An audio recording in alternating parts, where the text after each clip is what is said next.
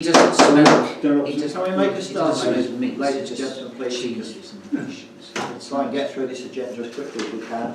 Before we start, we have James from True Speed who wishes to address us for about 5 or so minutes.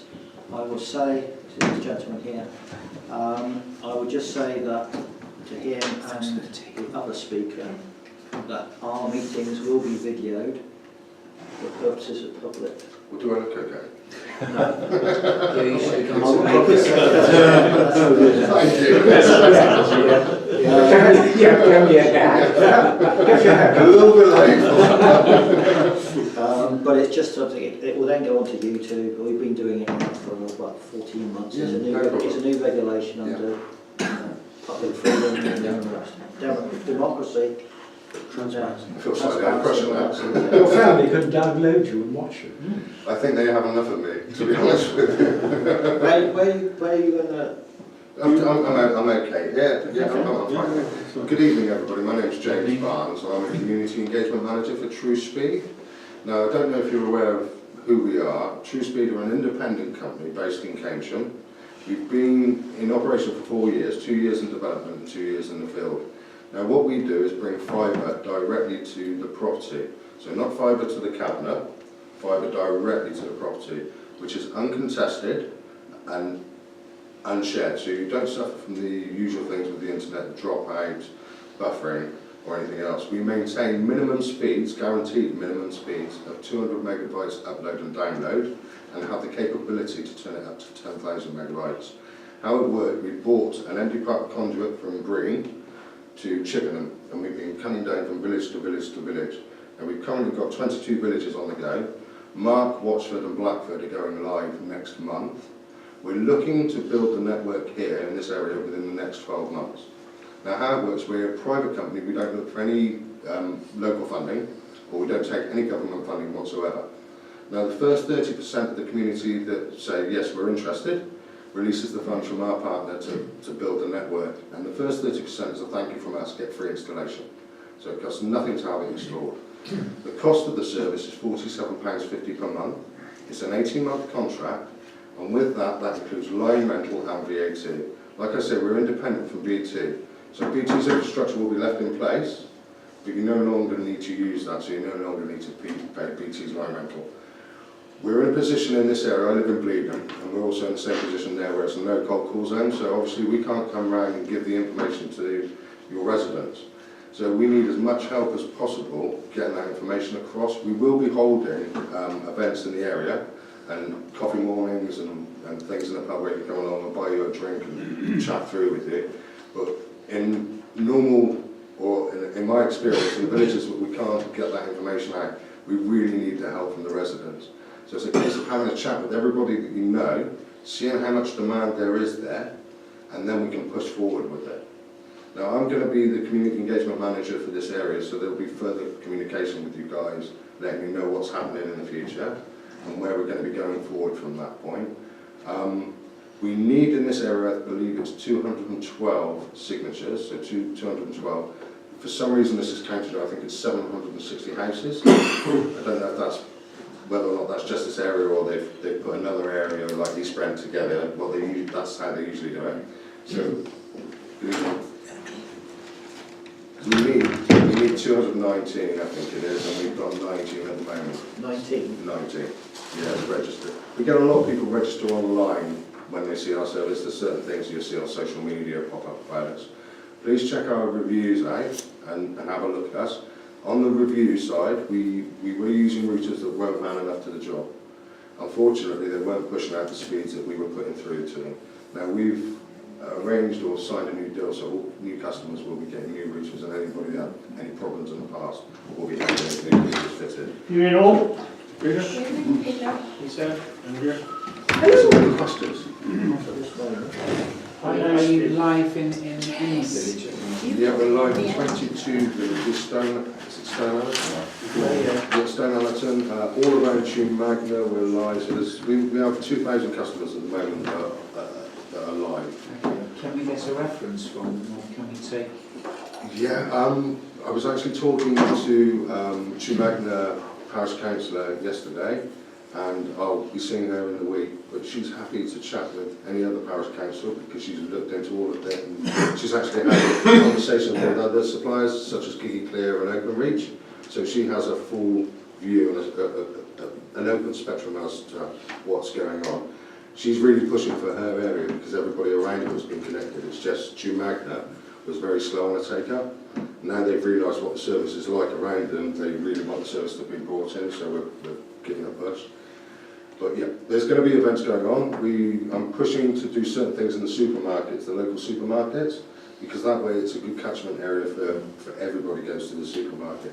But as much help as we can get from you guys will obviously get the infrastructure and the network built sooner. There's lots of benefits by having this put in, other than fast internet. Increases your home values, makes your home more sellable and more desirable from anybody that's looking to buy it in the future. So please, I've left some information there. Feel free in taking that. My business card is there. If there's anybody that's interested, feel free in giving me a ring at any point and I can go through it in a little bit more detail. Can I ask a couple of questions? Yes, of course. You are a new startup, you're a relatively new company. Yeah.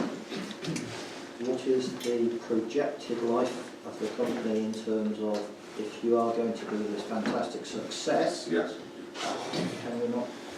I can perceive that people will get upset and start competing more seriously. To be honest with you, I know that's an awkward question, but that's a risk question. It's not. The other company that are digging out the roads in the local area are called Gigi Clear. Now, Gigi Clear take public funded money. Right. Now, they are not to build in areas where private companies have put fibre in because they shouldn't be taking public funded money to do something that's already done. So, in essence, Gigi Clear won't go to an area where we've already been. Yeah. Openreach, they tend not to put the investment into putting fibre directly to customers' houses. The government incentive is to do it, but they've just pushed that back to 2033. So there's going to be a long period of time before it's done. As a startup, we have our major investor is Aviva, the insurance company. Oh, right. So we have huge financial backing. So yeah. And that £47.50, which is telephone and telephone, internet and VAT is a guarantee of no price increase for that period does of that time. include any extras that BT offer, such as The call plans. privacy calling? You know, Yeah, because we have problems with that's the wrong word, obnoxious people ringing up residents. yes. We do have a call barring system. There are all of the relevant packages that BT do. But that is free with BT. That's free with BT. Now, they used to charge, but as of November, it is now free. I've got a feeling we charge £2.99 for 3 services that go onto there. Yeah, there's call over, call waiting, the caller ID, and there's something else that goes on there as well. I can have a look into that further. Just one of the other things which is quite useful is they also offer this call barring system now. So you can actually, you used to have I think it's 1571 to get your answers back. Yeah. You can now, if you don't like who's ringing, you can then That call. on 1572, rather than having a special device in your house. No, we still do the call barring is an option that we can put So that's an through. option, Yeah. but it's all added on to that 4750. Yeah, like I said earlier, I mean, with BT, it's non-comparable. You can't compare apples to apples. What we're actually doing, for Brent Knoll itself, we're actually investing £2.5 million of private money. So to bring it to each house, you're looking at around about £800–900 to get it to each house. Now, we don't ask for that money and we don't hold you for longer, so if you actually look at the cost of the term of the contract, it doesn't cover the cost of bringing the fibre to your property. So you're saying that if 30% wouldn't have to pay the installation No, would fee, get free installation. after that, do you charge for the installation? The and how much standard is that? installation is £120 after that. So yeah, the first 30% we give completely free. We also do a referral scheme, so if anybody is interested in signing up and knows anybody else, you can refer a friend and get your first month free, and also the person you refer will get a first month free. I think you are advertising in the Brent Knoll News anyway, because we have a monthly magazine, Yeah, and that's in there. and I expect you've been dealing with Chris. Yeah, excellent. Any other questions, ladies and gentlemen? I've now installed call barring phones, Yes. and they presumably would work perfectly well. They will work. You You can keep your existing telephone number. Now, the phone calls that you would make would be over the fibre networks rather than over the BT network.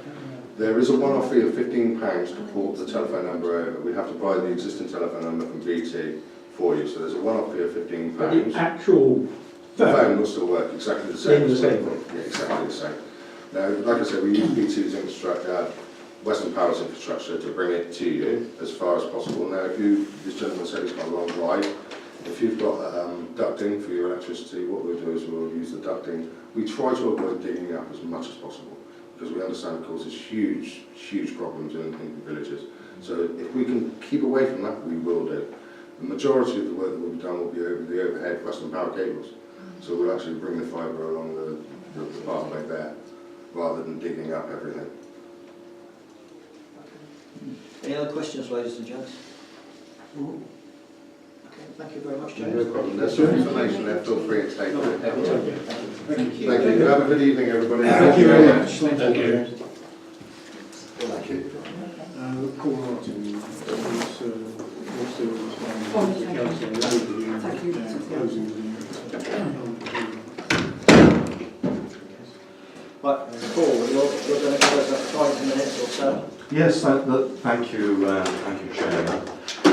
I'm here this evening on behalf of Mr. and Mrs. Westwood. I'm their agent, and they've asked me to make a planning application for the conversion of their existing garage and workshop at the Laurels at Wick Lane, and they've asked me to make a planning application for its conversion into a single dwelling. Before I actually describe and move on to actually looking at the proposals and drawings in detail, I just want to explain why I'm here and to ask members if they're familiar with policy D10 of Sedgemoor's emerging local plan. I'm sure that Councillor Filmer will know it off by heart.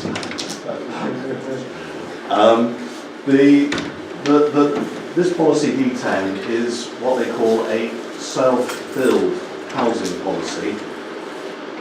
This is a policy which Sedgemoor have included in their emerging local plan in response to the National Planning Policy Framework and the Self-Build and Custom Housing Act of 2015.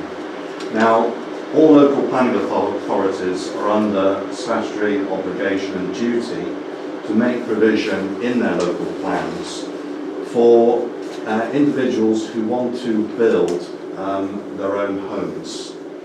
It's a way of encouraging self-builders and it's an opportunity to give people greater choice in order to enable them to build homes to meet their own specific needs. So one of the requirements of policy D10 is to engage in discussions, meaningful and robust discussions with the Parish Council. So I'm here this evening to present our proposals and to invite members to make any observations. Obviously this is not a formal planning application that has been made at this point, and as I said, I would welcome any observations that members might wish to make, and that certainly will help me when we go back to Sedgemoor to make the planning application in order to demonstrate that I've had these discussions with you. As one of those you expect a response from, I expect you to sort of let me get into that, whatever rule it was that you quoted just now about self-build, because I know nothing at all, so how can I really respond? Well, you can certainly respond to the design proposals, which I'll go on to describe, but that is what I can circulate this evening.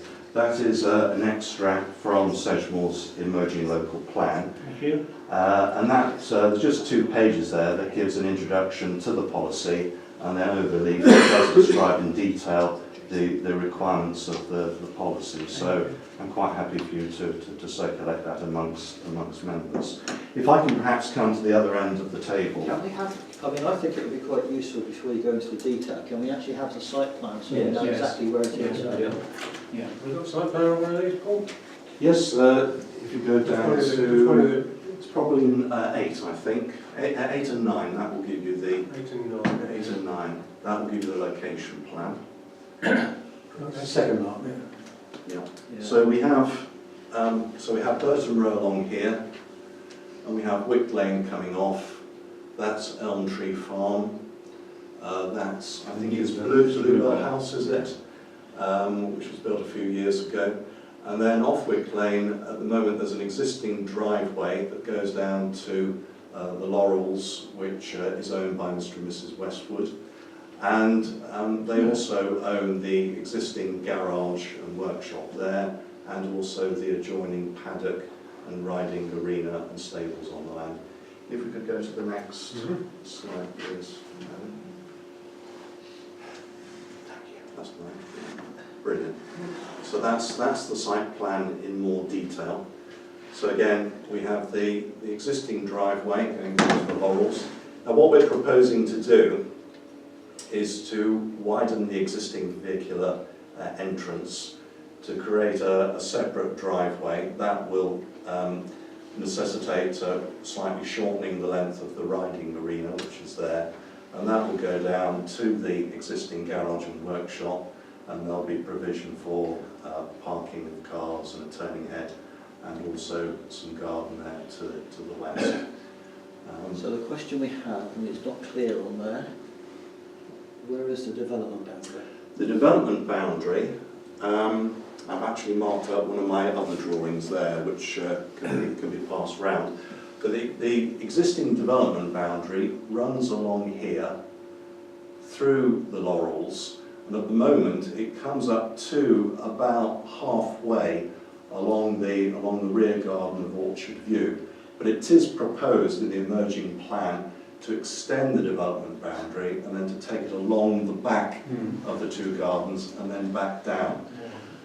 So although the garage and workshop is outside the development boundary, policy D10 does allow the local authority to consider, for self-build purposes, plots of land that are outside the development boundary but are well related to it. Because the majority of infill building plots in our local villages have now been developed, and there are very, very few opportunities for self-builders, for individuals to buy land, to buy infill plots, to build their own houses. So the government have recognised that, and as I said, are allowing local planning authorities to use land that is outside development boundaries, but which are well related to the boundaries. So it would be no good, perhaps, considering a plot of land that is right out in the middle of a field, which is not adjacent or adjoining a development boundary. So that the garage and workshop adjoins the development boundary. It's obviously closely related to the existing properties around it. And from the initial discussions that we've had with the planning officer, she feels that it is a suitable position to be considered. Can you what is the building at the moment? Can you remind me again? Yeah, if we can perhaps go on to the next slide. It's an existing garage and workshop. It'll be one. You've got is that a horse area? That big square? Sorry, draw The one. first one, is it? Yeah. Horse. So yes, at the moment it's a garage with an adjoining workshop at ground floor level, and then above it, within the roof space over that part of the ground floor is a first floor storage area. So it's about 1.5 stories in height. It's not a particularly attractive building, but it's being built out of red brick with a with a tiled roof, so double Roman concrete tiles. Can I just go back? That's the existing building. That's the existing building. There was a huge square area which was a horse training area. Is that right there That's correct. at the moment? Where are the stables that go with that? Well, again, if we can go back to the previous On slide. White Lane side. On the, I'm sure they're on White Lane side. Yes, the existing stables Oh, are, okay. are in that position there. Behind the hedge. okay. Yeah, so they're well away from the from the dwellings. So, must ask, it's probably not a relevant planning question, but is this merely a Foot in the door. sorry? Foot in the door. Well, I don't know. It's not a foot in the door. It's just a speculative development to sell off and make money, or is it No, done for no. family reasons? No, it's not. Again, one of the requirements of this policy D10 is that if planning permission is granted, the applicant has to be involved with not only the planning application process but also the building process, and once the property is built, or in this case it's converted, then the applicant has to live there for a minimum period of 3 years. So that is an actual requirement of the policy. The owner of the ground, which is in the L-shaped house at the back, are they planning to get rid of the ground and the horses and... No, they're planning to keep that. Mrs. Westwood is So a the ground of things. So in other words, the new ground will be a little dot in the area. Yes. So, yeah, Yeah, that's going to That's be. great. yes, that's so the residential code. It's just a self-contained Yes. But is little it, house. is it family that's building it? Well, it's Mr. and Mrs. Westwood who are But they'll building have it. to But move is that. it for their... It's for their occupation. Oh, they're going to change, they're going to move from the... Move out of the They will move from the Laurels into that. I mean, that is a requirement of the planning policy. They can't sell it. I see. They can't be occupied So by they any other are family going member. to sell the laurels. So the laurels then. Presumably. Whether they sell it or rent it out, I don't know. But there was option they're going to downsize. So effectively, in the current terminology, they want to downsize from a big house into this. No, they've already They do. downsized. That's why they moved. I doubt they'd keep doing it. Okay, again, it's a requirement of the policy that the applicant has a local connection with the parish, and in the case of Mr. and Mrs. Westwood, they've lived in the village for many years, as you're probably aware. If there are no further questions about the siting, the right, Bob? Yeah, okay. Can I go back to the drawing number 9? Thank you.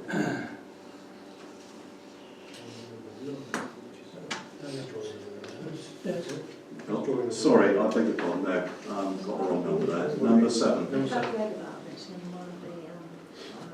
It's not very clear, is it? Can I just...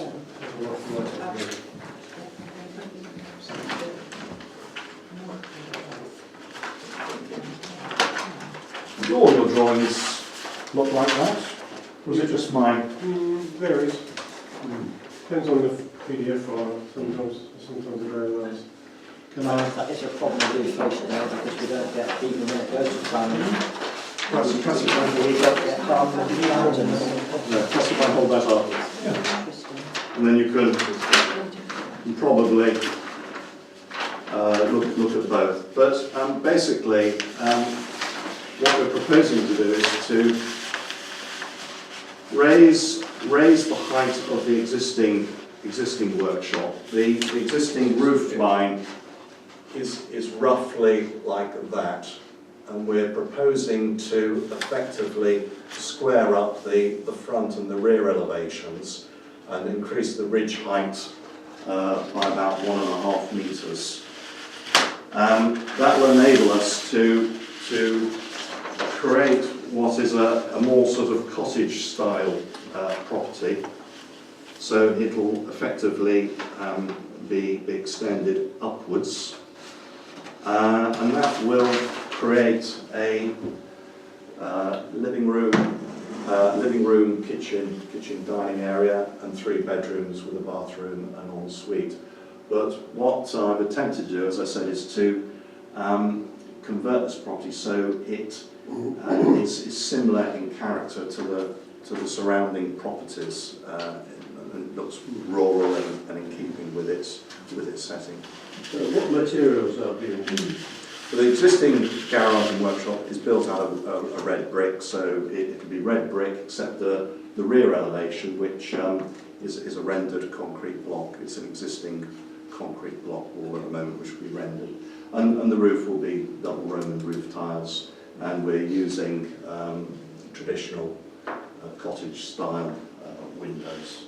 So what about the footings? I mean, if you've made something from some storage building and now you want to make it into a home, surely you're going to have to pull all this down to put substantial footings in. the building was rebuilt back in 2015 and 16. There was an existing building on the site, and during the reconstruction of that building, new foundations were installed. So was that imminently that this was getting ready? It wasn't Mr. and Mrs. Westwood's intention to convert it, to subsequently convert it into a dwelling. It's just that when they rebuilt their garage and workshop, it was built to comply with obviously current regulations. And then as the property was being signed off by the building inspector said, why don't you make a planning application to convert this into a dwelling? So that's where I came in. So it was on the suggestion of somebody else actually that they thought about then changing it. So do you think that this could set a precedent that the neighbouring properties could then convert their outbuildings into residential properties? That would be my biggest concern. If one does it, they'll all do it. It's a new policy, and I can't recall there being any recent applications. I'm not sure if this policy has been tested yet. No, because I mean technically the new local plan hasn't been fully adopted yet, so we're still working on the old one with this now taking more weight. If everything goes right, we're thinking it will go to council in later part of February, and at that point it would be signed off and that would then become the final local plan. This particular policy hasn't been picked up by the inspector as something that she was looking to review. But in terms of the policy, it's not specifically aimed at conversions, is it? It's land adjacent to boundaries, so it could be new build. It could be new build, it could be conversions. As I said, it's to assist individuals who want to build their own property. In effect, it's rolling out almost like the P4 policy that used to be tackled with affordable housing. The government has said they want encouragement for self-build, and so therefore that same sort of policy is now being looked at for self-build. And as Brent Knoll is in a tier 3, again, it's a form of development that the local planning authority has to consider. So yeah, I don't know whether or not it will set a precedent, but certainly I know of a lot of people who are frustrated at the lack of infill building sites. They've all been built on, and as an architectural designer, I've been practicing now for well over 26 years in the area. And about sort of 10 years or so ago, the majority of my work was the design of individual houses, either for builders or for individual clients. But all that land, all those infill building blocks, have just dried up. They just no longer exist. So this will, as I said, provide an opportunity for those people now to look at possible sites. I think it would be fair to say, Chairman, that Sedgemoor are expecting there to be quite a few applications in our rural villages similar to this, because there has been that pent-up demand over a number of years. On the more detail of it, terms of the layout, what have you got down for parking and garaging within the two sites? Because obviously this was a garage, that now is going, so what facilities are there for? There's sufficient parking for the external parking for the existing property within the remaining curtilage. And obviously we've made provision for at least 3 spaces. I mean, there's more parking there. At least there's provision for 3 spaces to meet the county council's parking strategy. But it's spaces, Parking not requirement. actual garages? Not garages, Okay. no. And we've obviously designed the layout to ensure that there's no overlooking of any adjoining residents, any adjoining neighbouring properties. All the principal windows for the bedrooms are either on the front of the property overlooking the riding arena towards Wick Lane. There's a window in this end gable, but again that looks westward to the paddock. There is a first floor window here for the landing, but that would be glazed in obscure glass. So as I said, there's no overlooking of neighbouring properties, and I think it sort of fits in quite well. Any other observations or comments, We wait with bated breath, I think. That's the answer. Okay, all right. So can I, for the purpose of going back to Sedgemoor, obviously I can confirm with them that We've had an interaction. yes. and I think my feeling is that there are 2 potential concerns, and that's associated with obviously the fact that the D10 policy, though yes it's in the emerging plan, but that emerging plan hasn't come to fruition yet. But equally I think there was this worry of setting precedent. I appreciate your comments about government policy and all the rest of it, but then we may not have the same government shortly. But I haven't said that. After tonight anyway, what happened. The other issue I think is we do recognise that this business of infill can genuinely set precedents for other people who would not necessarily be in self-built, if you see what I mean.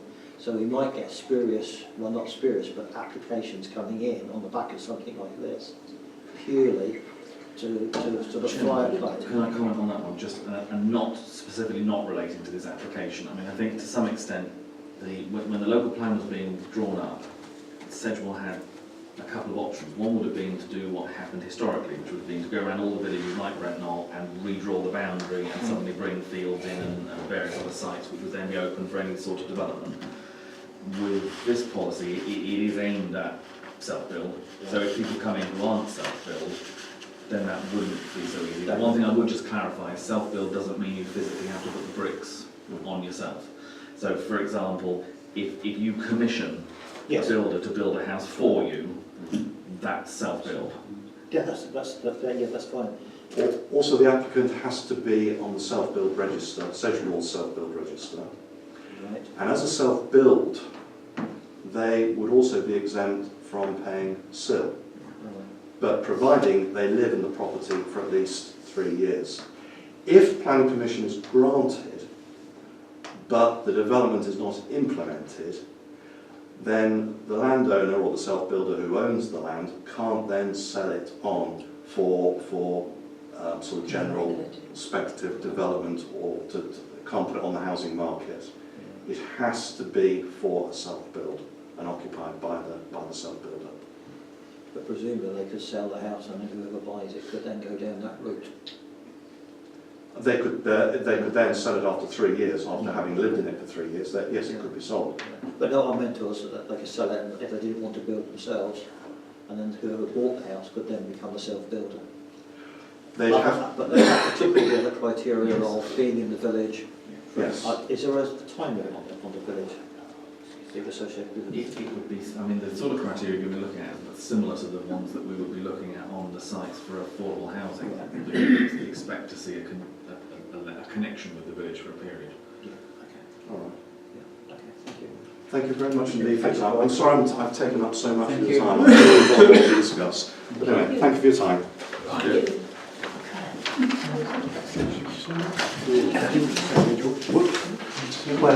not on the agenda is Unless you want to the chest. So I can say something about that. And also, the letter I wrote to Central, which you have a copy. She's over there. I've seen that, yes. They have seen it. They have seen that. I wanted to explain Okay. what it was about. All right. But I have got a copy of what I'm going to say on the tomb. Lovely. All right, that's fine. Thanks, George. Does George want to say Happy New Year, George. Same to you. Happy New Same to Year. you. And if you'd like to address us, then feel free. Right.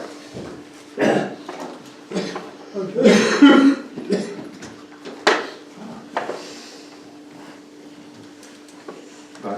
The first thing is the update on the chest tomb. I met with the conservator employed by Sally Strachey Historic Conversation yesterday morning to view the chest tomb. He appeared to be quite knowledgeable on the subject.